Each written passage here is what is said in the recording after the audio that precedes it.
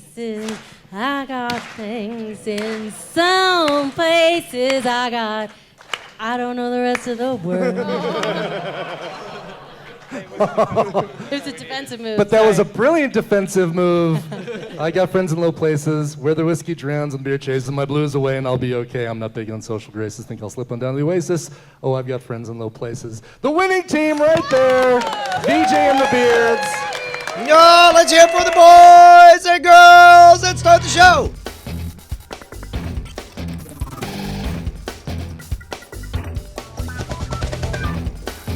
Welcome to Cordkillers, our mission to report the intel from the front lines of the cord-cutting revolution so that you can take control of what you watch, when you watch, where you watch, and on what devices you watch the things you want to watch. I'm Tom Merritt. Watch out for Brian Brushwood. Hey, man, look, I'm wearing a watch.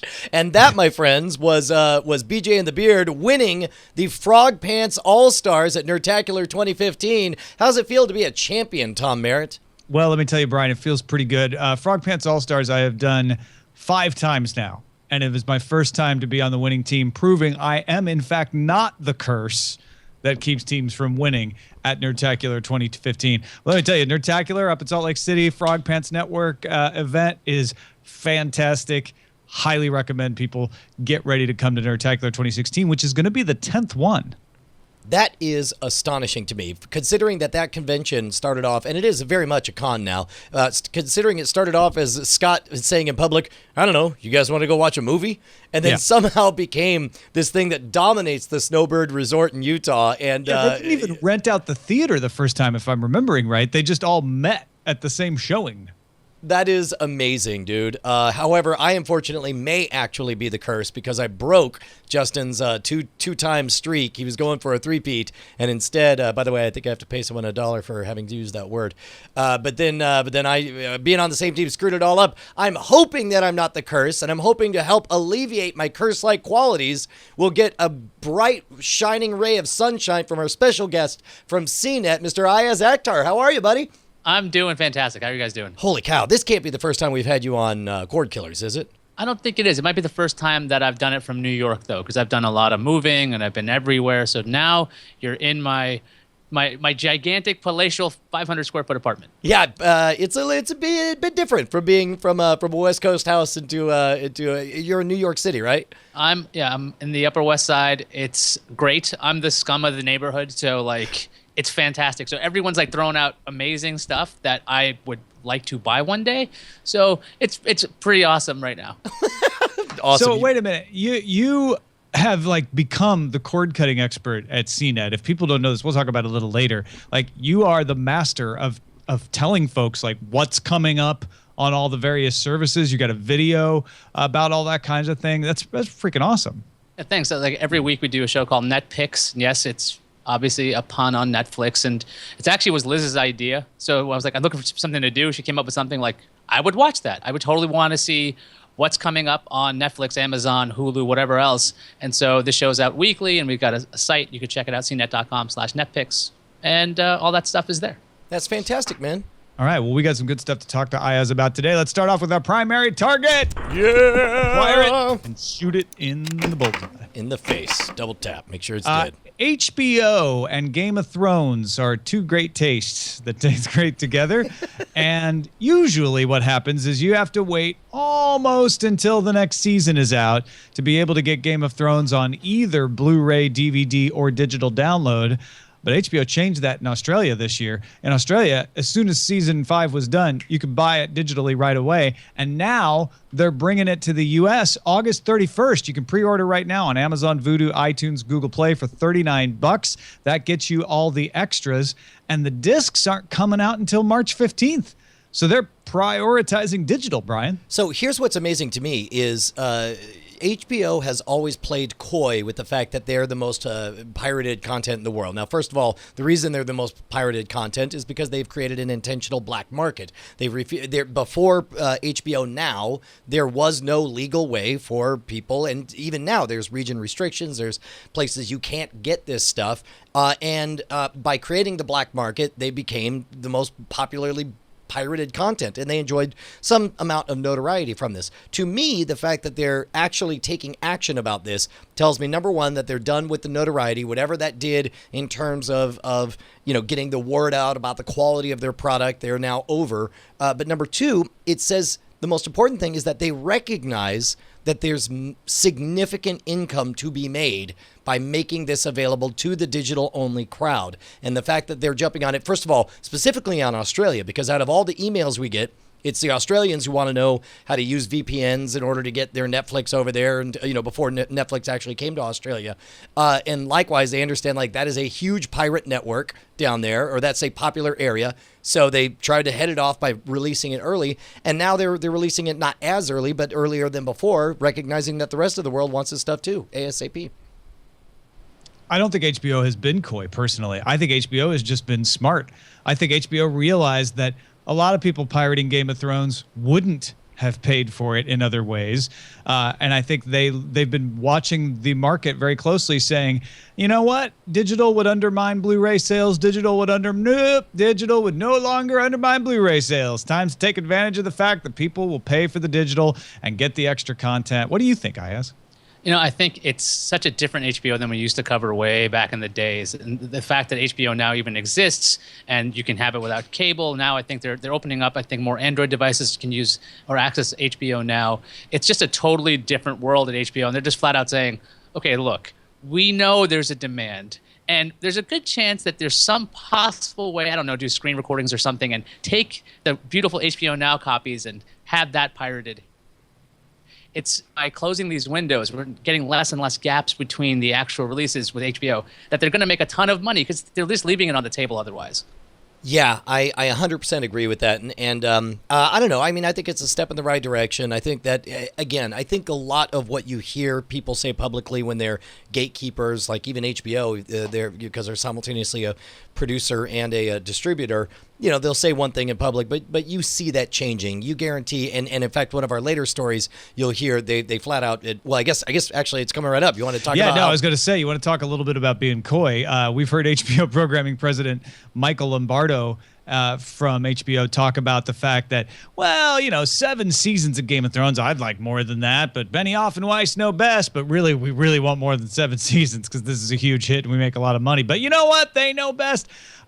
Now he's changing his tune again. Lombardo told Television Critics Association, 7 seasons and out has never been the conversation. The question is, how much beyond 7 are we going to do? Obviously, that's been the conversation that Lombardo is having. He says, obviously, we're shooting 6 now, hopefully discussing 7. They, referring to Benioff and Weiss, the showrunners, feel like there's 2 more years after 6. I would always love for them to change their minds, but that's what we're looking at right now. So sounds like maybe he got them to agree to season 8. Yeah, well, and plus also, I think that there's a legitimate content case to be made for going for 8 seasons.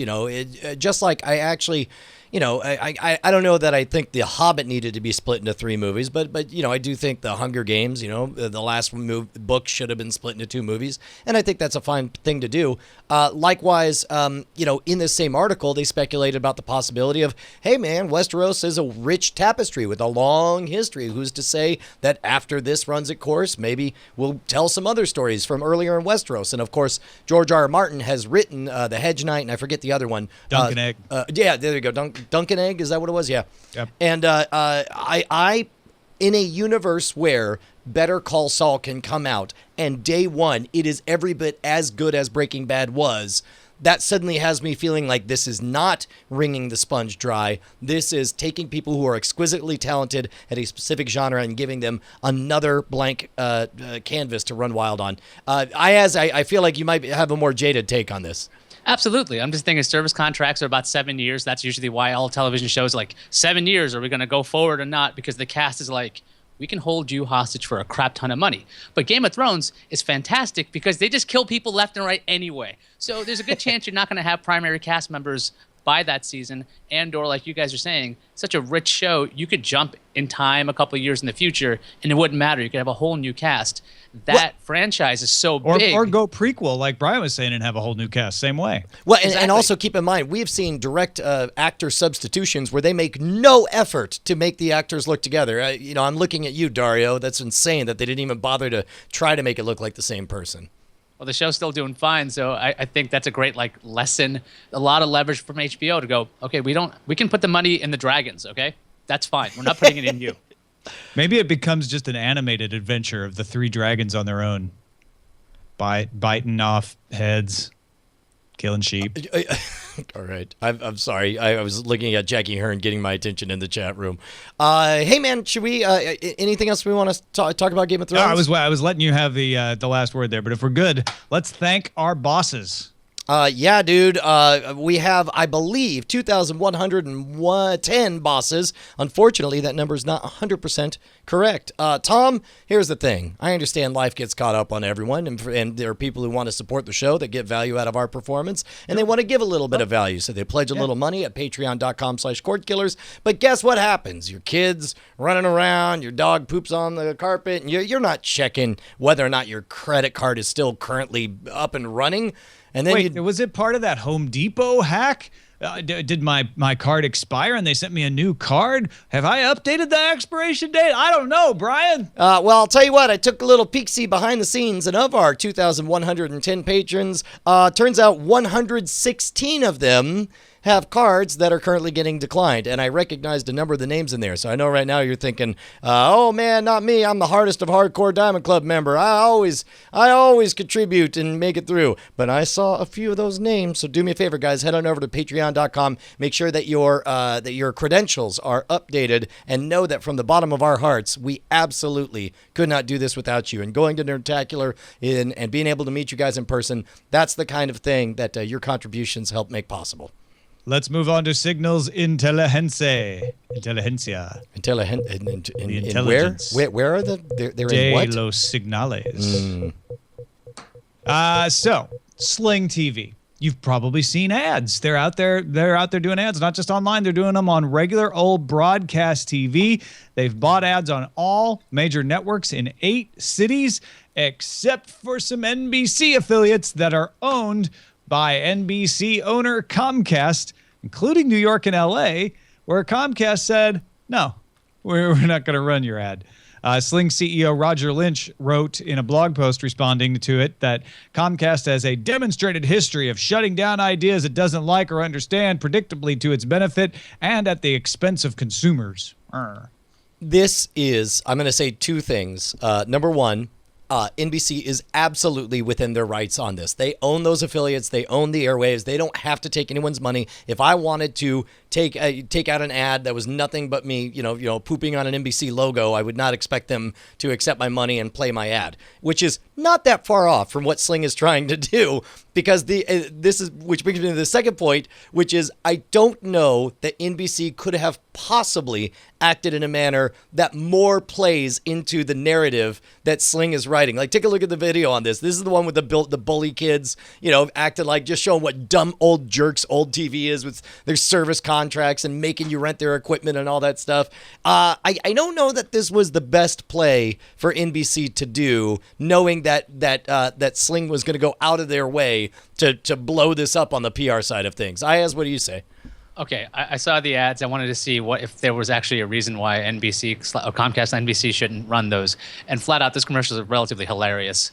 Oh, yeah. They're almost up there with this, like that South Park episode with Comcast being the only provider. And so the logo to me, the old TV logo, looked a lot like old Comcast meets Verizon. So it's not necessarily calling out Comcast, but it looks like Comcast. So I can see why they're doing this. I don't think it's a good idea. It's going to cost bad PR. Comcast never needs that. I mean, they just do that on their own just fine. So they should let it run. And if their service is so good, let people use it. Because the thing is, they're still going to be your internet service provider. So if you switch off a Comcast television, how are you going to get internet? Odds are you're going to stick to them anyway. You're going to be paying somebody else $20 a month. And the weird thing is, Comcast can undercut all of these prices anyway. So if you do like a double package, a double play, a triple play thing, there's all kinds of deals that way. So it seems counterproductive. Well, because I don't really think Comcast has anything to lose. more importantly to me, it only plays into the narrative that Sling is setting up. It's insane to me. Like, I don't know. Well, there's some history between Comcast and Dish, the owner of Sling, because Dish did the commercials. Wait a minute. No, it might have been not have been Dish. It might have been DirecTV that did the Rob Lowe commercials. I'm sorry, it's not Dish. DirecTV did those Rob Lowe commercials, and Comcast actually got them pulled off of all air because they complained to the advertising bureau saying that they were making an unfair statement. That is a whole different way of approaching it than saying, well, we actually can't find anything wrong with these ads, so we're just not going to take their money. Okay. Usually broadcast networks decide not to take money for ads when there's like a very defensible position, not because it's a competing service. In fact, usually broadcast networks make a point of taking the money of a competing service unless it's directly competing, right? So if Sling were running a channel, NBC's not going to let ABC go buy ads right on NBC. That's totally fair. But you don't want to appear as if you're trying to shut down ancillary businesses that are competing. And Sling TV is obviously an ancillary business that competes with Comcast Cable. Also, NBC Universal has sports networks on Sling TV. There's a relationship between these two companies. And guess who's writing about this story? NBCnews.com. Oh, so wow. They're getting all kinds of free ads. NBC News Local is probably reporting on the story as well, I would imagine. So, yeah, this is a dumb move by Comcast. Well, and real quick, Ian in the chat says, boo Schwood, they don't own the airwaves. The people own the airwaves. NBC gets to use it for free. I don't know that logic holds, that suddenly that means NBC has to take any ads no matter whether they agree with them or not. I mean, they're a private company. That is a basis if you wanted to try to pass a regulation or a law that said NBC would have to take the ads. But I don't think that's really what's going on here. The companies that license the airwaves have the right to decide what commercials they take and what they don't, and I think that's proper. I think Brian is absolutely right. They have the right to say no. This is their business. I think if it was a public issue, if they were being racist or something like that, then maybe calls for regulation might make a little sense. But just the fact that they're not wanting to have a competing service have ads on there, I think this is going to work itself out just fine and is doing so right now. Yeah, and I think that's the thing, is they end up looking as if they're taking any competitive measures by refusing to air those ads, which is the one thing that they cannot afford to do in this climate. What was that, Ayaz? Yeah, and the last thing is because these are the affiliate stations owned by Comcast directly. So other affiliate stations not owned by Comcast in other markets, these ads will likely run there anyway. So if Comcast issued some kind of penalty or some kind of bizarre edict to any affiliate saying you can't run these ads, this would be a lot worse. Yeah, NBC owns the channels, not the airwaves. If you heard one of us say NBC owns the airwaves, that was a misspeak. NBC owns these channels, and so they have the right to decide whether to take ads or not. The NBC channels that aren't owned by Comcast, I bet are happy to take any ad money these days. Not a problem. So let's gear up, shall we? Indeed we shall, sir. I'm feeling very geary, sir. Did you see that Rick and Morty? Speaking of gears. Oh, dude. Okay. All right. Don't get you me take started. those one Don't gears get and me you put them on a started. face. Ugh, makes me throw gears. We'll talk about that later in the show. But Xbox chief Phil Spencer was speaking with The Verge about Xbox and said a lot of things about whether the Xbox is going to end up being a cable box. Remember when they first announced the Xbox, there was a lot of talk about how it could replace your cable box. It would be the center of all your entertainment. And then they walked back on a lot of that stuff. Well, Phil Spencer said the following things. These are interesting. I'm curious what Ayaz has to say about this as well. We've been thinking a lot about over-the-top and over-the-air content and the aggregation of all your content in this unbundled world. And he started talking about the idea of making Xbox a cable box. I'm not sure we have as much value to add there.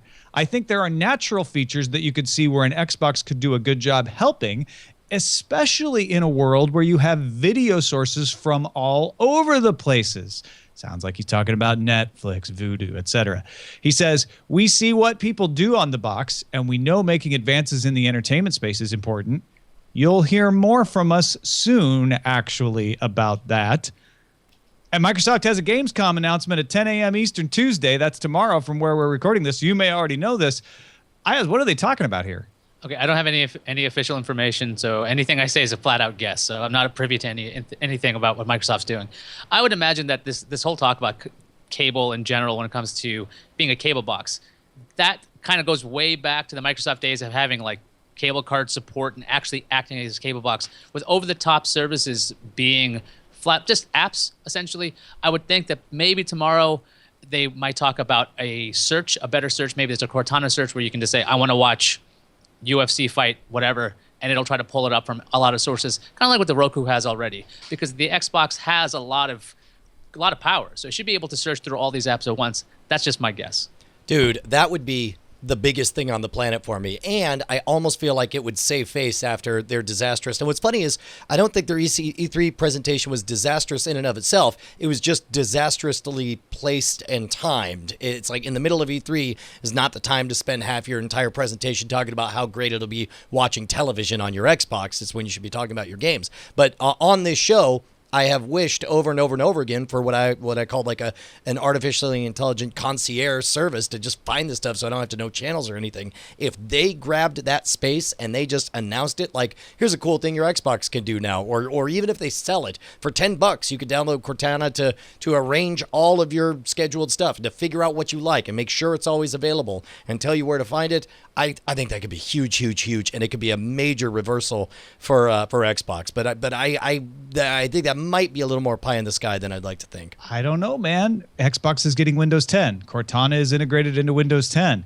I would not be shocked to see them say, hey, Xbox has had great voice recognition. I mean, it's Microsoft. They're going to say that, whether you agree with it or not. Right. Xbox has had great voice recognition. Now we're adding the intelligence of Cortana so that you can say something like, hey, Xbox, I want to watch Orange is the New Black. And it will say, Orange is the New Black is available from Amazon Prime and Netflix. Which would you like to watch? What episode would you like to watch? And you're like, oh, no, I want Netflix because I want the new season, season 3, wherever I left off. And Cortana says, great, playing for it now. Dude, you got to stop talking this way. I'm about to start removing clothing, Tom. This is too close to my dream come true. Do you think that's possible, Ayaz? I think so. I mean, this whole convergence of Windows 10 and Xbox, and of course you can yell Xbox, but to rename it Cortana doesn't seem that far-fetched. And as you mentioned, Windows 10 coming to fruition now, it's real. So this idea that, you remember that whole thing about Xbox running 3 operating systems, and one of them was Windows. So there's a good chance, and we've heard about Windows applications being on Xbox. I think that would be the way to bridge these two things. We've seen Xfinity apps being on the Xbox itself, and it acted as a somewhat of a cable box kind of thing, but to kind of put everything together, have that assistant to just have something that maybe even competes with Sony's PlayStation View service, so they have some kind of channel lineup. Maybe that's the way to go. Man, wouldn't it be weird, Tom, is after being proven spectacularly wrong, you know, because I've been talking for years how I want the game systems to be the one box to rule them all, and then after E3 2 years ago, it was like, well, that's never going to happen. That was a complete disaster because it's clear nobody wants it. What if I ended up being right in the end anyway? It just took a long way to get here. That's the thing about, like, A, one data point does not make a trend, and B, especially when it involves nerds yelling angrily at E3. So there's your lesson. Fair enough. I hope this is exactly that. That would be my best possible guess for any of this. All right, we're going to take a quick break from the cord cutting for a moment, folks, because you know what the real cord cutting is? It's no cords at all. What? It's not turning on it. Well, okay, as long as you have a battery-powered light, you can have no cords and enjoy my book, Citadel 32. Not a cord involved. What about daytime reading, Tom? Yeah. Little thing called outside, the sun. People, get a life. Read a book. Dude, this book runs... My book. This book runs on fusion energy from the sun. The sun fuses hydrogen into helium, and you're able to read the awesome, awesome words of one Tom Merritt. The specially designed photonic reflection display gives you a better resolution than any display you can buy on the market right now. And you know what?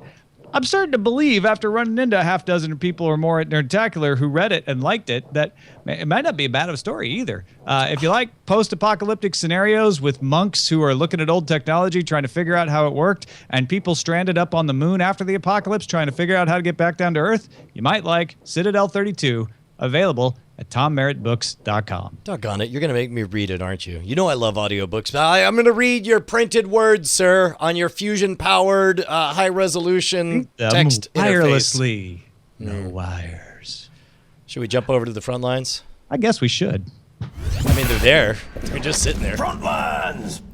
Hey, man, did you hear this? CBS will stream every national Super Bowl commercial online at the same time as on air. Sponsors will pay an estimated $4.7 million for a 30-second spot for something they should have gotten to begin with.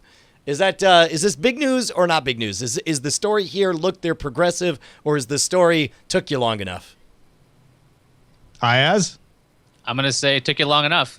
I'm going to say, wow, advertisers, you really didn't want to spend an extra $1 million just to get the online audience? I don't blame you, but everybody else wants to see those ads at the same time. So is this a case where they're just rolling it in, or did they rose the price for everyone? What was happening before is the advertisers were like, we don't want to pay extra for online, and the networks would say, fine, well, then we'll sell it separately. CBS this year just didn't give an option. They're like, you buy a Super Bowl, you're buying every single eyeball out there, and we're going to show the ads at the same time. Smart. SMRT. Yeah, it was very, very smart. Verizon will sell HBO Now to its wireless customers, and HBO content, not HBO Now, will come to its forthcoming video service. And that means you'll probably get clips on the forthcoming video service, which makes me think this forthcoming video service is just going to be a bunch of clips, isn't it? Yeah, this video, I mean, and I could totally see the way that kind of thing works, where it's like some ad exec is like, look, man, we're trying to make this video service into a hit. Just let us use the word HBO in our marketing for it. We don't care what you give us. And they're like, I don't know, you want some previews and some behind the scenes? Yeah, they'll probably give like free pilot episodes and stuff like that too, I guess. Yeah, are you familiar with this incoming Verizon service, Ayaz? Are you excited about it at all? You know, I'm looking into it. I'm just curious if it's going to count against your cap. So when you're wirelessly using this, is it going to count? I'm pretty sure it will, because they're not like T-Mobile, who's been crazy. They're like, oh yeah, all these services don't count against you.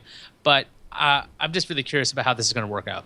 I bet it won't count against your cap because they'll call it a managed service only available to their subscribers. That's my guess. Hey man, AT&T has introduced its first bundle purchasing DirecTV. Starting August 10th, you could get HD on up to 4 TVs, unlimited talk and text on 4 smartphones, and 10 gigabytes of shared data for $200 a month. That's a discount of about $50 a month. That's not bad. I don't know how many, 4 smartphones. To be honest, I think I am exactly that target demo. The only problem is I don't care about getting DirecTV. But if I did, if I was the kind of person who just felt like obviously we should have cable, that would be a slam dunk. Yeah, I mean it's a good start for AT&T to come right out and say, hey, we own DirecTV now, and we're gonna bundle things together in an intelligent way that will actually save you money. I don't need all this. I don't need 4 TVs. I don't need 4 phones. But it's not meant for me then, right? Yeah, agreed. Ayaz, are you planning on watching 4 TVs at once in your 500 square foot apartment? Only if I could set it up really well. I'm pretty sure I could do it. It'd be awesome. But the thing is, I definitely like this because you have the other traditional wireline companies saying, we'll give you a triple play and we'll give you this landline phone that you don't really want to use anywhere else. AT&T is like, you know, we can give you cable, internet, and a phone you'll actually use somewhere else. So it actually seems like it's a progressive move in that way. Yeah, Roku has built a Dropbox app using the Dropbox API that'll let you view your photos and videos stored in Dropbox folders on your Roku, which made everybody think, woo, Plex replacement, until they realized it appears to limit playback to 14 to 15 minutes.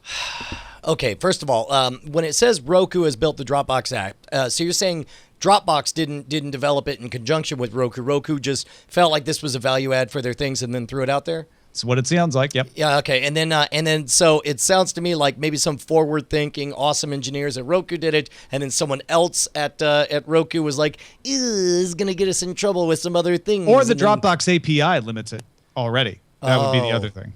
That's interesting. You have a theory on this, Ayaz? Speculate wildly for us. I bet it's just a bug. It's probably like this wasn't thought of, okay, it's going to need 14 to 15 more minutes. I mean, who the hell's got giant videos in Dropbox? Because Dropbox gives you a couple of gigs for free. So they're probably thinking, what's the limit of the free tier? And maybe that's what's going on right now. So I'm going to say it's just a bug, probably be fixed in a couple of weeks. Interesting. Oh, you're right. It could just be a bandwidth saver for Dropbox. Like, we don't want to stream too much of this stuff off our servers all the time, So Comcast is testing a feature of its X1 DVR that would automatically extend a recording in half-hour increments if a live broadcast runs long. Another test feature would skip to the highlights of recorded games. So this is a sports thing, I assume, right? Because Well, sports or live events like the Oscars, it could be used for that too. So, and this is to conquer the classic problem of, well, it says it's going to start at 6 and end at 8, and I stopped recording at 8. But is that seems like such a 1999 TiVo problem that I can't believe it's 2015 and we're finally. Well, we're talking about Comcast's DVR, Brian. Yeah. Okay.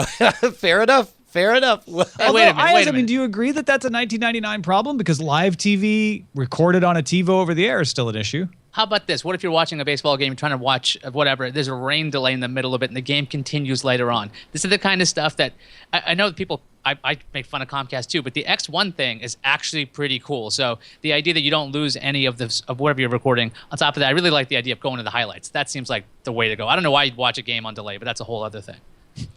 All right. Thanks to Doug on Twitter for tipping us off to this story, like right before we recorded the show. 20th Century Fox has apparently, according to Variety, sent a letter to CBS questioning whether Showtime is within its rights to make Homeland available on its Showtime internet-only app.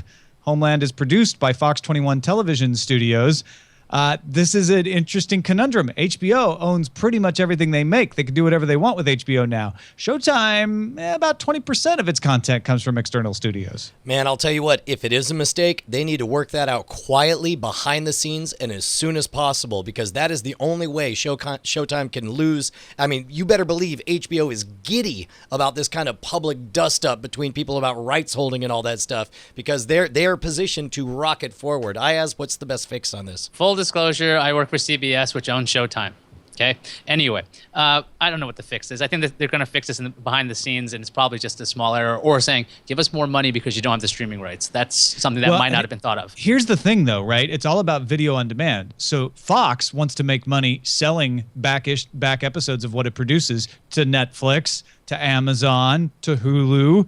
Showtime wants to keep those like HBO Now and have everything they've ever shown on Showtime show up on demand. You're right. They can negotiate a deal and make this work, but it's going to be a lot costlier and a lot more work for Showtime than Netflix, Amazon, and HBO, who all own their original series themselves. Well, and I wonder how much more we're just going to see that trend continue in general. I think anybody who wants to launch a franchise in anything now no longer has to make, if they have a name and they have a background of quality, then they know they don't have to make the deal with the devil where they don't own their own content anymore. People understand that they are their own brands and that they can. I just think that this is gonna go away. Yeah, you're probably right, because from now on, Showtime makes a show, even if they're not making it in house, they're gonna make sure they own it. Yeah. Or at least have the rights, throughout the universe in whatever possible. Because Netflix future. doesn't actually have a production company; they just hire production companies. They just lock down all the rights. That's all. Correct. And again, you're going to see a lot more like any future versions of this, including 3D holographic enhanced streaming to your Oculus Rift versions down the road or whatever.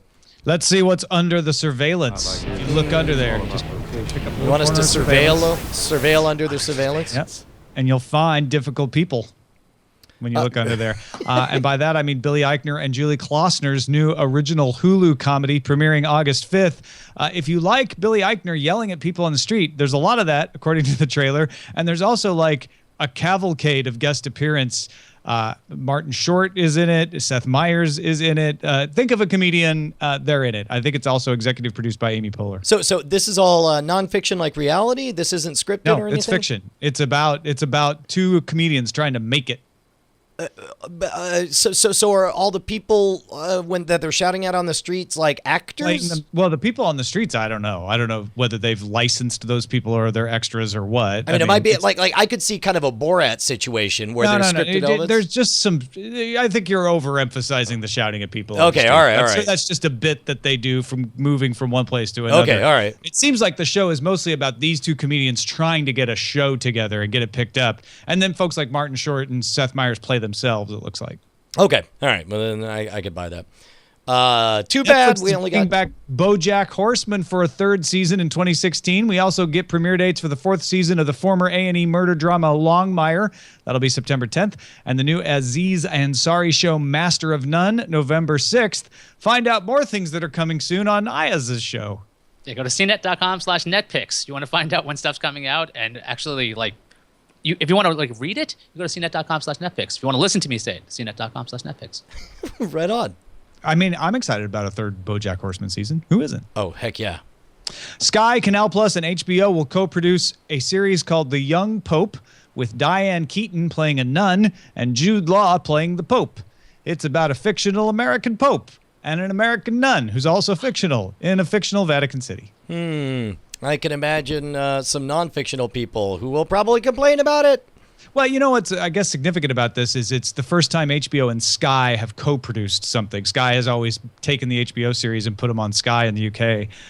So they're going to be able to have these rights throughout the world, et cetera, on Canal Plus, Sky, and HBO, I would expect.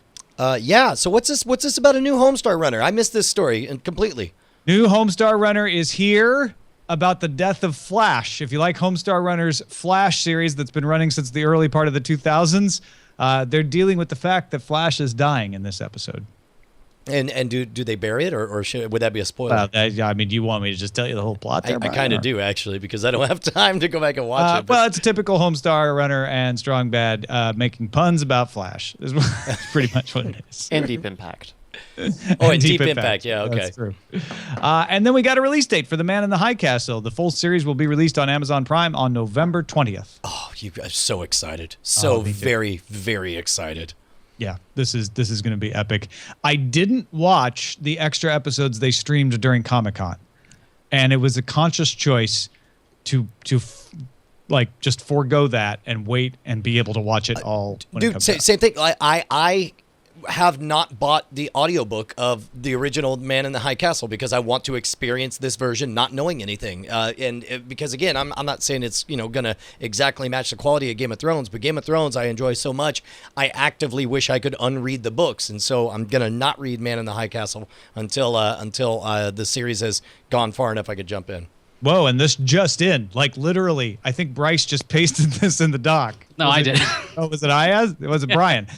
Transparent Season 2 debuts on Amazon December 4th. Dude, so much good television. Amazon is freaking killing it, dude. Yeah, no, it's, again, you want to find out when all this cool stuff is coming, keep an eye on Ayaz. cnet.com/netpicks. Eye on Ayaz. Is it NETPIX or PICKS? Either one, it'll go there. Okay. PICKS. We took care Now, of with that all in this case of research you're doing, trying to figure out what stuff's coming out, you don't have a lot of time left to watch things, do you?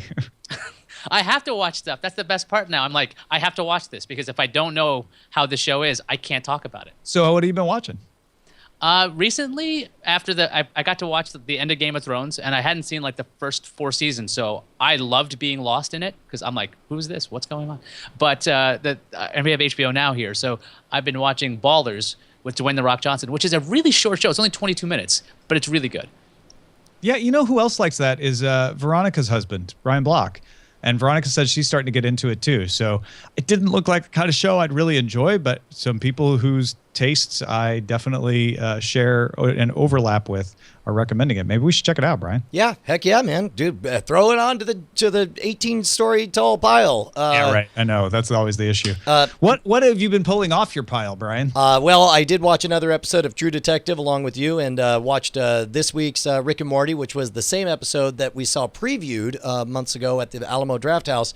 So I've now seen this episode like 3 or 4 times, so I can't wait to talk about it in spoiler in time. And I watched a documentary that's up on Netflix that I didn't expect much from, but what pushed me into watching it was that Austin cable access legend Charlie Sotelo used to have a show called The Show with No Name, where in a world before the internet, or I guess really the internet was there, but all we used the internet for was to go to Usenet and find other people who had awesome VHS tapes for you to actually swap over the mail. For example, I remember that's how I first got a copy of Heat Vision and Jack. Was I was like, hey, I need Heat Vision and Jack, and this guy's like, yeah, I got it. What do you have to offer? And I was like, I ripped a CD of bootlegs of all of Tenacious D's acoustic songs from the HBO series, and he's like, trade, and so we got it, but. The Show with No Name would show all of these weird clips, including the fantastic and classic clip of the dude losing his crap while he tries to record a Winnebago promo video. And so this documentary is about trying to track down this actual guy and find out what it's like and bring him to one of these film festivals, these found footage fests, and to see what he thinks of what the world thinks of him being an internet phenomenon. It's fantastic. It's really, really good. I didn't expect to like it as much as I did. It was a fantastic way to spend, 90 minutes with the missus.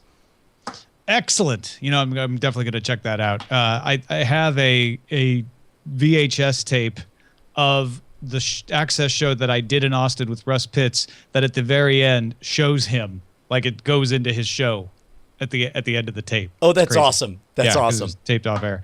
And I watched True Detective, Rick and Morty, and The Shield, which we'll talk about all three of those in spoiler in time. It's the season finale of season 6 of The Shield. That means there's only one more season of The Shield left to talk about. By the way, oh my gosh, I can't believe we're already there. Before we get into dispatches from the front, let me give a heads up that we got a number of letters from people with proposals to fix our winter movie draft selection or problem, and I think we may have selected a favorite. So stick around for spoiler in time if you want to hear that talk.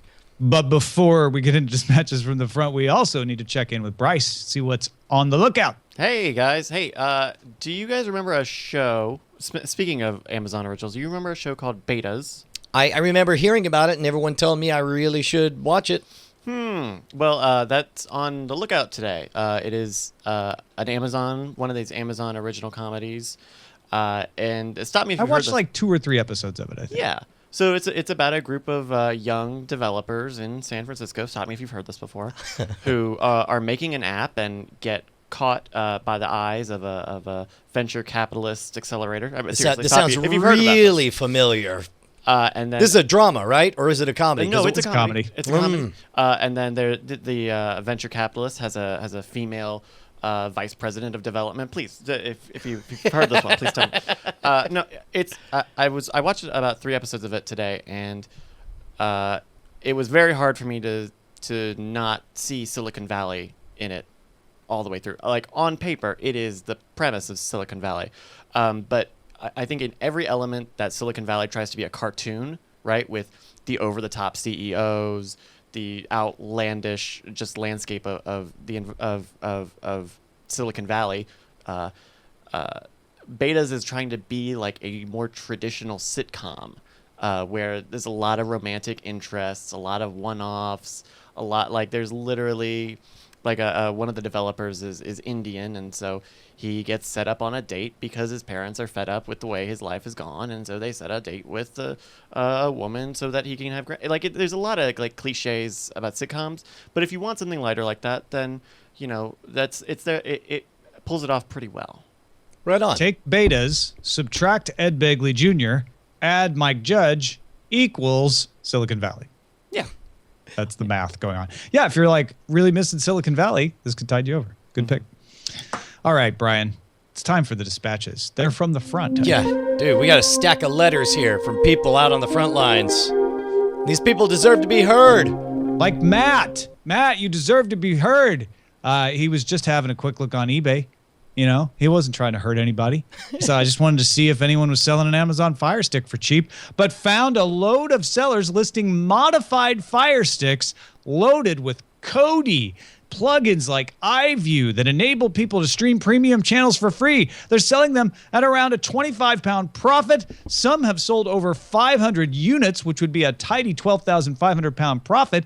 Isn't this illegal, selling it like that, not using it when you've bought one? I'm all for killing the cord and don't mind if people want to sideload this stuff themselves, but blatantly selling them like this for that price and in such quantity feels wrong to me. What do you guys think? I'll tell you what I think it's rather curious that you immediately make a distinction between that's wrong to sell it, but once you bought it, it's totally cool to do it. No, it's also wrong to use it. If you're using a service that allows you to access premium content without paying for it, I don't want to use the rhetoric you're stealing, but we've had this distinction between what's legal and what's ethical. I would say that's on the darker side of the ethical spectrum to use it full stop. So yeah, sure it's wrong, but also it's wrong to use them is what I say. Tom, where do you say?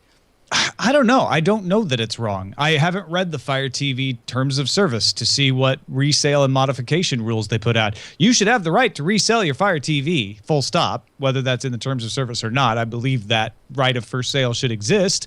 And if you have modified it, I don't see why you shouldn't be able to tell somebody you modified it. So the only thing that's wrong is making use or marketing under the premise of making use of anything that is pirating content. So these premium channels for free, which are never premium channels for free. They're just torrent trackers is what they usually are. Putting Kodi on something is not illegal. So honestly, I don't know that this is that big of a deal. If somebody's like, hey, I customized a Fire TV, let's forget the premium channels part. Let's just say they're like, hey, I pre-installed a bunch of stuff for you so you can just plug it in and it's going to have all the best apps on it already for you. Take it away. What I think you just did, Tom? I think you just made me more convinced that the people selling it and profiting on it are doing the more ethical thing than the people buying it and using it to access pirated content. That's amazing. If you're marketing it saying, hey, steal some stuff, I don't think that's cool. If you're using it to steal stuff, obviously that's not cool. Well, Ayaz, what do you think? You're not going to hear this very often, but I think I agree with you, Tom. The idea, like, okay, it comes with a plugin. Worst case scenario. I'm sorry, Tom fell over. We've lost Tom for the remainder of the podcast. At worst, what you could do is you could just delete the plugin, right? I mean, Kodi's fantastic. It's an XBMC. That's the renaming of XBMC, and it's very powerful. So if you've got videos on your network, use that. There's nothing wrong with that. Yeah. I agree. Yeah, I agree. Hey, man, Jack writes in and says, hey, crew, I just set up my Xbox One to do remote play from outside my home network using, and he gives a link that I have shortened to the very much simpler to type out and speak, tinyurl.com/Xbox YOLO Swag 420.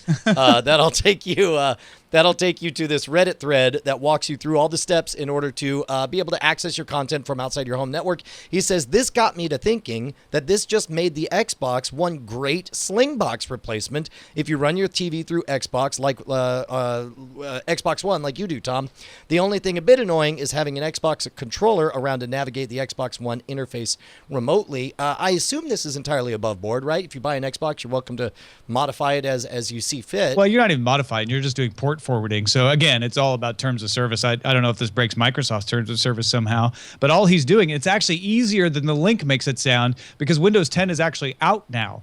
So this is just part of Windows 10. You can stream Xbox to your Windows 10 while you're on the same network. That's one of the big advantages of Windows 10. And all he's doing in this link, as far as I can tell, is saying, hey, port forward that so the Xbox still thinks that we're both on the same network. That's it. Dude, well, yeah, dude, go for that and let us know. In fact, I would love to have a newbie out there dive into this and go through these steps and tell us how easy it is and how much he likes it.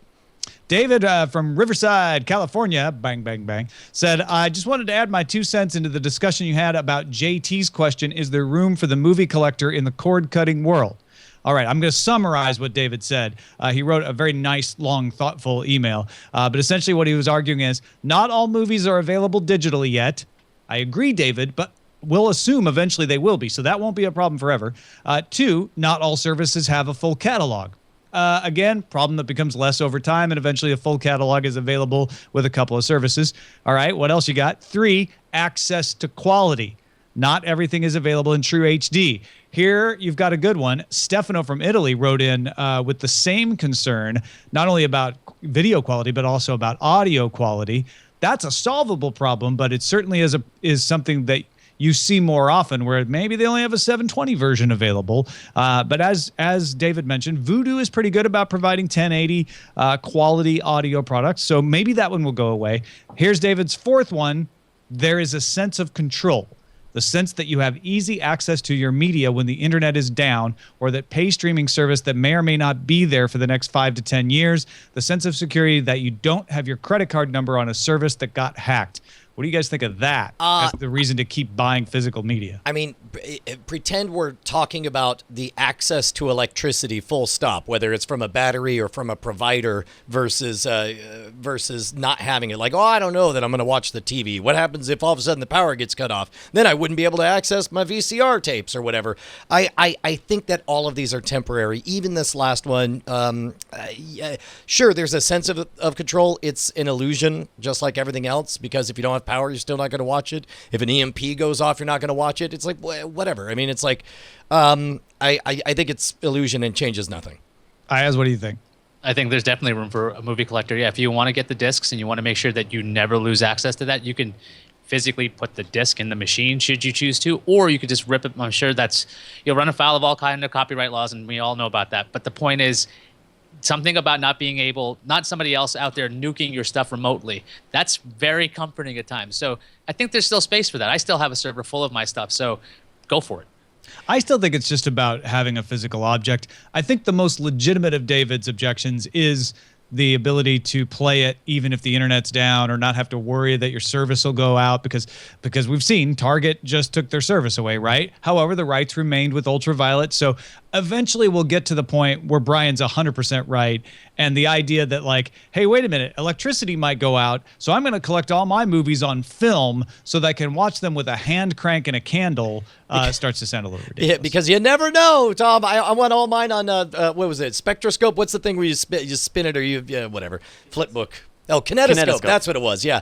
Hey, Isaac in Madison writes us and says, hey, guys, I love the show. I just want to let you know about a really good documentary I found on Netflix called Lost Soul, The Doomed Journey of Richard Stanley's Island of Dr. Moreau. The documentary explores how the director had been fired and replaced in the middle of production. The script was rewritten on the set, and its two leads didn't get along with each other. Did you know that Brando didn't even bother reading the script at all? His lines were fed to him through an earpiece. Val Kilmer didn't get along with anybody on the set. There were even long periods where the extras and staff were coked up and having sex with each other because there was nothing else to do, seeing as how both leads refused to leave their trailers. I was gobsmacked when I watched this, thinking that these were all professional people being well paid to make a movie, where the two lead actors and the director apparently didn't give a damn. That sounds awesome, Isaac, because I remember that being an awful, awful movie, and I would love to find out the story behind it. Good Netflix recommendation. Finally, Dave wrote in and said, I cut the cord with Dish Network. They offered me $30 off a month. Then in a last ditch, my current service, which is pretty low, for $33 a month for a year, but I could not be swayed. I think cable and satellite are aging technologies. I use Hulu and Netflix and Plex for everything else, and I'm perfectly happy. Dude, congratulations, Dave. Welcome to the club. Well done, Dave. Hey, Ayaz, where could we see so much more of your beautiful body? Go to twitter.com/Ayaz. You won't really see much more than my headshot. If you want to see more than that, you got to go to cnet.com. I do videos there, and you'll see it maybe above my torso. So cnet.com/netpics for stuff that, if you want to actually cut the cord, if you want to find out what stuff's coming to your favorite services, Netflix, Amazon, Hulu, Crackle even, so free movies, you'll find out at cnet.com/netpics. By the way, I just want to give a quick shout out. I ran across your most recently your top 5 reasons to upgrade to Windows 10, and man, those are tight videos. You're killing it over there, man. Congratulations. Thank you. I've got some great producers working with me. I got Ariel Nunez. He's like basically in charge of most of my stuff. He's freaking awesome. Ariel's awesome. Tell him I said hey. Chris Tao. Ariel's the best. Our website here for this very show, Brian Brushwood, is cordkillers.com. Did you know that? I believe I had something to do with that, yeah. Did you know about our email address, cordkillers@gmail.com? I check it every Monday. I read every single one. Well, then, did you know about us being live, like right now, on diamondclub.tv, Mondays at 7 p.m. Eastern, 4 p.m. Pacific? Well, see, I'm glad you said that part, because I'm never clear what time it is on Eastern and Pacific, but I do know it's 6 Central, yeah. There you go. I got nothing else to say to you. Okay, well, then in that case, I guess we'll tell everyone we love them bunches. We'll see you guys in spoiler in time. Kisses, everybody. Hey, guys. Tom and Brian here. We just wanted to say thank you to all of our $5 patrons who keep us loud, live, and independent. You guys make Cordkillers the production that it is. Your name appears in the video credits and appears in our hearts. And if you'd like to become one of them or see who they are, you can go to patreon.com/cordkillers. You'll need to do more than just go there, though. You'll have to sign up and, pledge an amount. But unless you just want to see who they are. Well, I mean, you could gawk. That's a little creepy, isn't it? If you want to be a gawker, Let's go. up to you. Diamond Club hopes you have enjoyed this program.